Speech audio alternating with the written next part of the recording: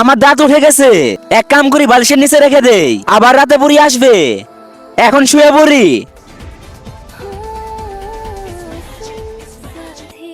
আমি হলাম পরি, এখন তোমার ঘুম ভাঙাবো। হ্যাঁ পরি, তুমি উঠলা কেন? এখন তোমাকে সারপ্রাইজ কেমনে দিব? আমার চাই না তোমার সারপ্রাইজ, তুমি আমার সাথে থাকো, এটাই চাই আমি। না না, আমি তোমার সাথে থাকতে পারবো না 24 ঘন্টার জন্য। আচ্ছা ঠিক আছে, ম্যাজিক হয়ে যা, আমাকে ম্যাজিক করে ওখানে বসে দাও। ওকে। হ্যাঁ। মুয়া।